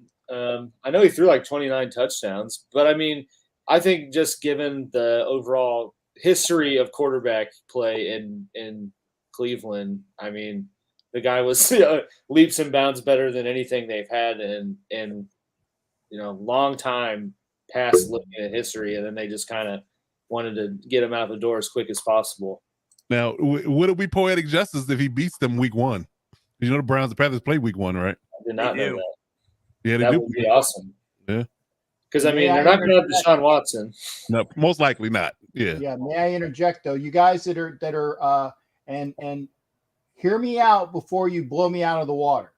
You guys that are already throwing dirt on Sam Darnold, okay? I present for thought processing Jim Plunkett.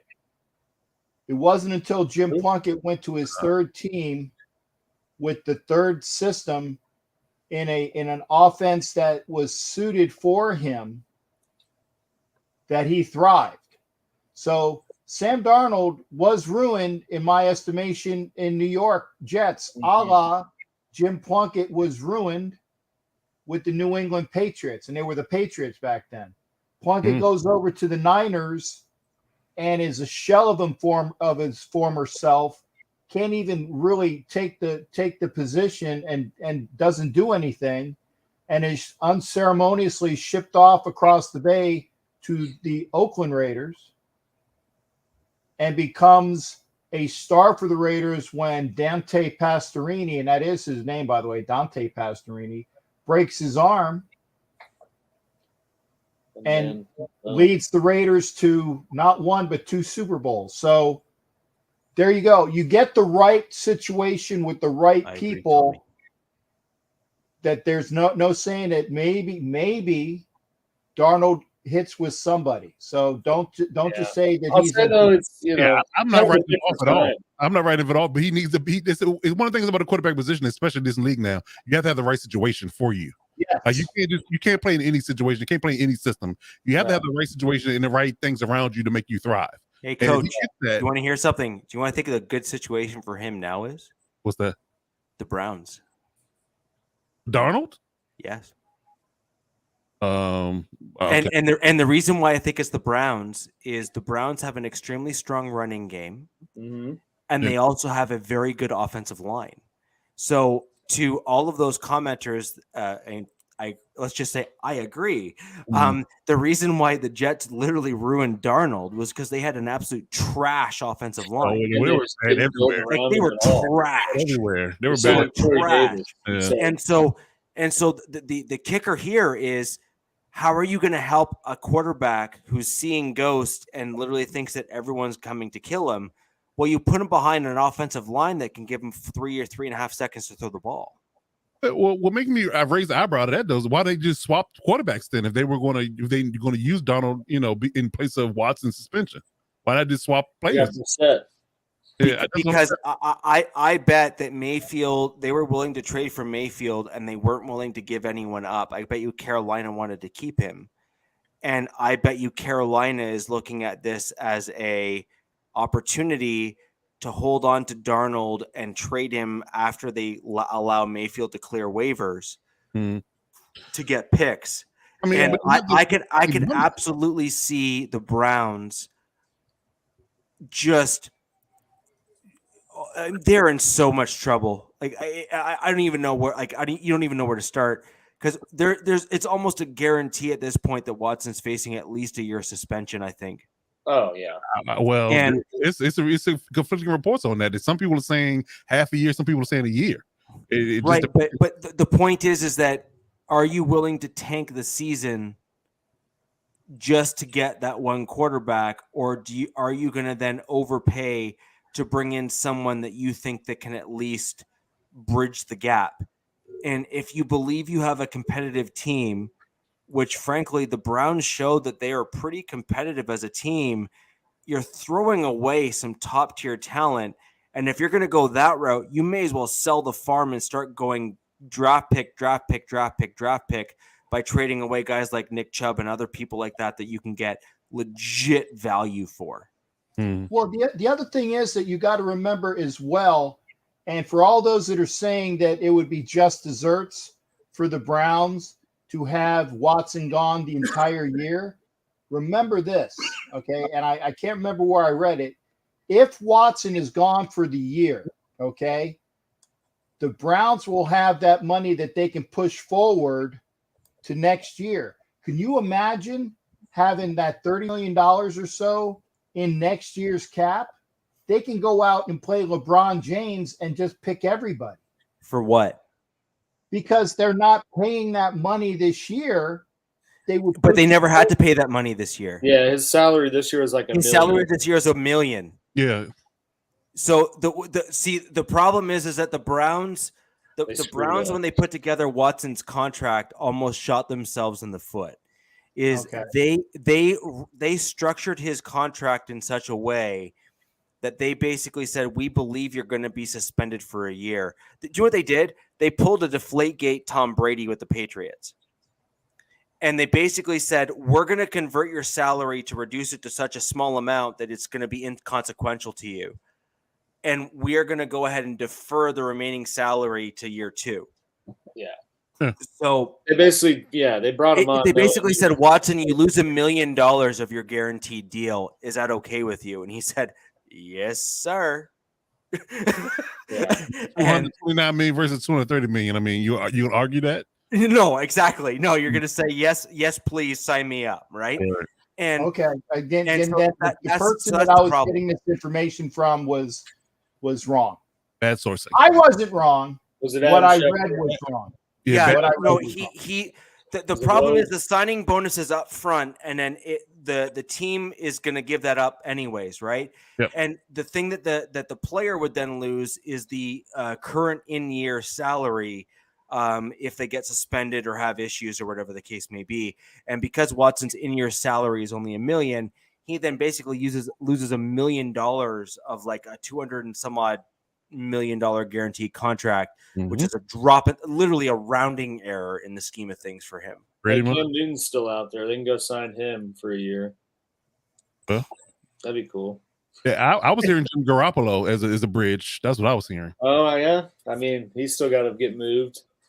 But again, the point ultimately though is that if the Browns think that they are still in fact a truly competitive team, which I actually believe they are. Yeah, on paper, yeah. I believe they are. Truly, I believe they are. Then they have every incentive in the world to go out and bring someone in like a Sam Darnold, like any one of these other, like a Jimmy Garoppolo, someone who they believe can absolutely take over that 1 year and keep them competitive. Yeah. But I think they really just need a game manager, Yes. Because they got Chubb. Yes. Yeah, with that running game, yes, absolutely. Yeah. Chubb and Hunt, I mean, they just need someone who wouldn't turn the ball over a lot and could just keep drives alive and just rely on the run game. So, guys, this is how I want to close out the pod today. I think this is a perfect ending to cap out the NFL segment here that we've gone on. Tommy, thank you for asking the question. I appreciate you joining us live and everyone else for joining us live today. Pod, do you think the NFL will go harder at Watson because of Cleveland's subversion? And if I can attempt to add a little bit onto that, Tommy, what you're effectively getting at is what my response was to Captain Jack's comment there, which was the Cleveland Browns intentionally structured his contract in such a way that they basically expected him to be suspended for the 2022 season. And do we think collectively as a group that the NFL will in turn punish either A, the Browns, or B, Watson more because of that contract structure? Captain, you go first if you don't mind. Well, I tell you, it per the question, do you think that they're going to go harder after Watson or Cleveland for subversion? The answer is, should they? Yes. Will they? No. And the reason why I say that is because there's that tier thing of people that can get away with everything. And I submit to you, let me see. Dallas ownership, New England ownership, and a certain other few members of the Vienna Boys Choir that have get out of jail free cards care of Monopoly. Now, Jimmy Haslam isn't necessarily in that key club yet, but I don't think he's on the, we're going to go after this team because of various things. And I'm not going to say what everybody else is thinking. There are teams that get unduly juiced because of issues. And there are teams that I've given you as examples that seem to skate. So should they go after Cleveland? The answer is yes. Will they? Probably not. Probably not. And as far as Coach, going after Watson, I think that answer will be depending upon what happens with the court cases. Yeah. Well, Coach, what about you? I think I agree with Cap, but for a different reason. I think they should, but I don't think they will. And I think the owners want them to, but it's not up to the owners to decide the punishment for Watson. This, you have to realize that from a context perspective, this is the first time that they're going to be utilizing this new system where they have I guess you can say an isolated and independent arbiter in this case. So, because everybody was harping on the fact that Goodell was a judge, jury, and executioner in previous suspensions. So they wanted to remedy that in the new CBA. So this being the first case that she's handling, I think that whatever she doles out as far as the suspension concerned, Goodell's not going to interfere. Because in order for them to go above and beyond her, he has to basically appeal her and add more games to it. So if she says 8 games, he says, well, I think 8 is not harsh enough. I want to appeal that process and make it 17. Then he can do that and go through that process. But I don't think because for good favor in the new system that they have, he's going to intervene. I think he's going to stay completely out of it, and whatever she decides is going to be the punishment that he gets. So whatever if she decides a year, he gets a year. If she decides 8 games, he gets 8 games. Whatever she decides is ultimately going to be what he gets under this new system because they're trying the new independent arbiter versus having Goodell decide. So I want you to revisit that. Do you believe that the NFL will attempt to then influence the independent arbiter to go under what they want and then have Goodell come in to say, I am the quote unquote white knight in the situation here and saying that is unacceptable to our female fans, so on and so forth, et cetera, and then come in and say a year and a half or 2 years or extend out to say a 6-month suspension to say a full year to say the NFL sees this differently and this is a serious situation. And yes, there was intentional sarcasm there because I do wonder if I want to say collusion is the right word, but do you think that the NFL will intentionally try to rig the game to make themselves appear. I know, Jack, I'm as shocked as you are to be making the comment. Do you think coming the again, NFL is rigging Elizabeth. the game This is the big to one, try to make honey. themselves look, holier than thou, if you will? Yeah, I don't think Goodell gets involved at all. Just to want to simple can, fact. He can, but I don't think he will get involved. I think he's going to be stay completely independent. You think he will? I think Watson is at minimum getting a year, maybe longer, and I think it's more so not because of the ad going harder because of Cleveland. I think they'll go harder because there's that new lawsuit that Houston was tied into. So I think that they will retrospect give Watson more suspension to try to sweep getting one of their franchises out of a pending litigation. And somehow settling that out by saying, look, like we gave him, a year and a half. What's it going to take to get this to go away? Because that attorney, I did that to up the ante a little bit in terms of money for his clients and adding in the new suit with the Texans kind of instigating a lot of this stuff. And so I think, and I was trying to find it, but I'm pretty sure that Goodell can come in, right? And if both sides don't agree with the arbiter's like final ruling, I think Goodell can make the final ruling. Right, he still can, yeah. And I kind of think that we're going to see that play out. But at the same time, I think an outside, non-biased third party assessing everything could very well give him more than a year or two. I know people. Someone commented he shouldn't get anything because no charges were filed, but that's just not that's just not the way society works now, and it doesn't matter because it's still conduct detrimental to the league and to the team, and that's kind of a very ambiguous term that they can just say, whatever applies to that, and whatever we deem as a punishment is the appropriate one. But I do think that the end he's not coming out of it missing more than 1 year. Okay. But we'll see. I think any punishment is going to make anybody happy. I don't care what he gets. Somebody's going to be mad about it. Oh, I mean, yeah. But I honestly think that at the end of the day, Captain, I'd like to just kind of get your take on this as well. Do you think the NFL is ultimately trying to avoid another, dare I just kind of go all the way there and say a Ray Rice situation? Where they have enough information out there that is, at least in the public eye. I mean, Ray Rice was a video, so it's pretty hard to even, dispute it, right? No, you have hearsay with the Deshaun Watson case, but you have video with the Ray Rice case. That's two different things. Yeah, and physical assault. Right. Exactly. I mean, I'm not saying I'm not even saying I'm putting the two on the same playing field, but at the same time, there's certainly a more sensitive optics in the current landscape that we're in today. Absolutely. And I think that is a fair comment to make. So moving ahead to now, do you think the NFL is saying we were really, the court of public opinion did not rule in our favor when it came to the Ray Rice situation, and we would like to avoid that particular scenario again? Do you believe that is something that Goodell and the NFL and the ownership as well are saying we can't have that happen again?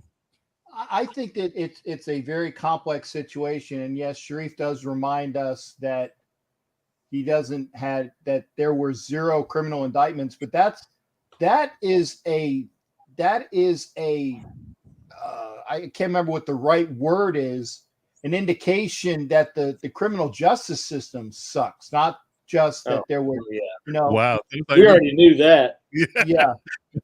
Thank you, Captain Obvious. Yeah. The thing is that they have so much. It's very hard to say that when you have 24 ladies. More than that. It's just 24 cases. You got a lot. Yeah. Right. Okay. Let's say the ones that we know that there are 24 gals with a story that don't necessarily know each other, that didn't necessarily get together and say, hey, this is what the spin's going to be, with the views that are almost nearly identical. And then you throw in the fact, like Richie was alluding to, the issue with the Texans management having the pleasure house indications for their quarterback. Okay. You put all of this together and it stinks. Yeah. It really stinks. I And would argue that they enabled the situation. Then they turned and flipped it on him and dropped dime on him after he said he wanted to trade. That's why I think it all happened. That's what I think. I think they were complicit until he thought he wanted out. And then all of a sudden he just threw all the stuff to the media and say, hey, oh, by the way, he has a problem. Investigate him. Since he and that attorney is like, wasn't he like neighbors or friends with the owner? Neighbors with the owner, yeah. No. It is different than that. The attorney was the Texans owner's attorney. Okay. Like, it is. This is part of the problem with the situation is if you actually dig into it, truly dig into it. Yeah. There's a few elements in there that you're just saying that doesn't quite fully pass the smell test. Yeah. Ooh, dude, you better stop this broadcast. I won't be able to use it on Friday. And it's interesting, right? How when you have an owner who used the same attorney, and then all of a sudden that player says, "I want out," and then bang right away, right? Yeah. So there's certainly some question marks there. Now, absolutely, that does not take away. The only lawyer that would take the cases. Yes, no, but that also does not take away from the fact that there is clearly some validity to these particular accusations. You do not get 26, 24, 25, dare I just go as far as saying Tiger Woods level cases of people coming forward. At some point there is, there's just a strength in numbers to simply say that this is a trend, right? Yeah. And then the question then becomes, is this something that is, that crosses over into the criminal realm? Well, the justice system has said no, but that does not mean that this is not something that is in the civil realm, whereby it kind of goes over to the what is effectively in the civil realm questionable behavior. Yeah, and got a problem if nothing else. He got an issue. Yeah, exactly. Like massages, man. Yeah, exactly. I mean, you just like random women touching your naked body. I don't get it. Exactly. And this, so it sounds like the criminal evidence against him was certainly circumstantial at best, which I think is the appropriate way of putting it. Mm. And as a result, the NFL and the criminal justice system said, we just can't. Like it is a he said, she said scenario. There is nothing more to be had, and therefore we cannot proceed with the criminal cases. That does not mean that this does not enter into the realm of civil. And from my understanding, there is approximately 4 cases of women that feel so strongly about this that they are refusing to settle. True. Yeah. True. And I really think that the NFL will have to take that into consideration, because at least in Ray Rice's circumstances with the physical abuse towards his then fiance, she was very quick to say, I don't want charges. I don't want charges. Stop. Mm-hmm. That is not what is happening here. There is at least 3 to 4, maybe even more women that are saying, I want this to go to trial. And to kind of expand on Robert's question of why no charges were filed is, I think I've said it before, but in a criminal sense, it's a totally different burden of proof. It is. And I was just typing that. it's beyond a reasonable doubt. Alex, would you mind just explaining that from the I know the Canadian legal perspective, but this goes into the American side. Would you mind just digging into in the criminal realm, when they're presenting to a grand jury, it has to be beyond a reasonable doubt, which means, with no matter what all the evidence there, you can't say that these charges happen. And whereas in a civil sense, it's by a preponderance of the evidence, which just means more likely true than not. So Correct. It's a lot easier. It's a lot easier to play with evidence or have less evidence, so to speak, and meet the burden in a civil sense where there's no criminal aspect to it, but there's money involved. Whereas in a criminal matter, you have to have clear-cut evidence. So like this Ray Rice situation or some of these other ones, there's clear video evidence of these situations happening. Whereas in this Watson scenario, you have screenshots of messages of him scheduling a massage, and then you have these ladies saying what happened, and that's it. So there's really not a whole lot of corroborating our physical evidence there to say, yeah, this assault, or whatever it's being called happened. Right. So let's press charges. And that's why it didn't move forward in the criminal sense. But they very well can move forward. And then there's no police reports that then would corroborate the allegations thereafter and that sort of thing. So I actually, I think it's super, super important for all of our viewers and listeners after the fact to kind of understand the burden of proof that are required in the two different elements of the criminal justice system, or in just the justice system in general. There is the civil, which is, it has to be more reasonable or more likely than not, which I believe is the actual legal definition. Yeah. Like more likely true than not, which is kind of like the legalese of it all. And then in the criminal justice system, because there is kind of the bigger 800-pound gorilla that then ends up on your back as a result of the criminal justice system, it has to be beyond a reasonable doubt or beyond a shadow of a doubt, depending on the verbiage that you leverage in the circumstance.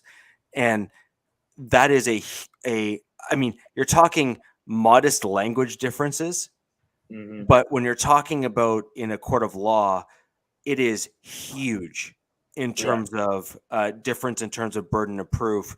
And so that's also why the NFL introduced the personal conduct policy, because you had all sorts of allegations against players that were basically snorting drugs and doing all sorts of shady crap. And the NFL was like, we don't want to have that go unpunished. That's not the image that we want for our league. And that's actually why the NFL introduced the personal conduct policy, which is effectively the NFL's version of a civil trial. Right. To Jack real quick. I know, we're running out of time, but I think it's should I stop?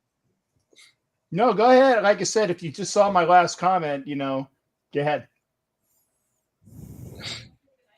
Oh, well, I can stop. No. What I'm going to do is I'm going to have Richie trim this to an MP4 that comes down to 2, hopefully. Yeah. So anyways, Alex, what might actually be a super interesting thing is for maybe you and I to do a brief short just on like the legalese of certain circumstances here, because I actually think that there is a true value to our listeners to have that at their disposal. To understand the difference, because I think armed with that general information, I think is a big deal for the listeners in the show. And just in essence of time, my kids are ringing it now in the background. It's certainly bedtime here on the Eastern Standard Time Zone. I just wanted to thank everyone for joining the Wild West podcast this evening. We had a blast. A lot of you stuck around for the entirety of this podcast, and I thank you very much for that. If you'd like to catch us out, you can check us all on social media. All of our YouTube, social media, all those links are down below in the description. If you have show topics and other elements that you'd like us to discuss, or if you just want to razz us on social media, I always enjoy the banter. You can catch us on Twitter and all other major social media platforms. And ladies and gentlemen, next Wednesday, we have yet another great show for you. And until next week, the West Side is the best side. See you next week. And I'm still going to do this.